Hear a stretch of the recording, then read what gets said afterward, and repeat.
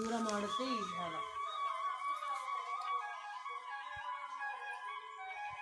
ಧ್ಯಾನ ಸಕಲ ಭೋಗಕಾರಿಣಿ.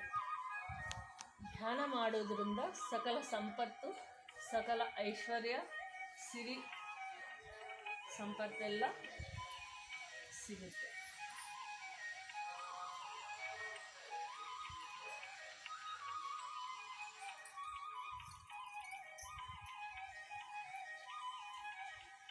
ಅದ್ಭುತವಾದ ಧ್ಯಾನ.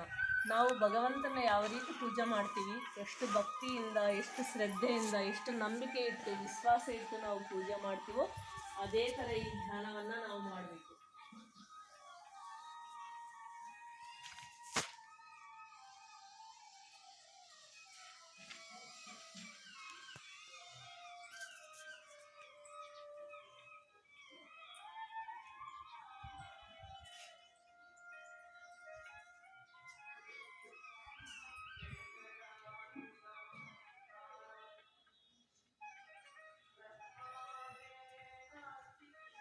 ಧ್ಯಾನದಿಂದ ನಮಗೆ ಆತ್ಮವಿಶ್ವಾಸ ಬೆಳೆಯುತ್ತೆ.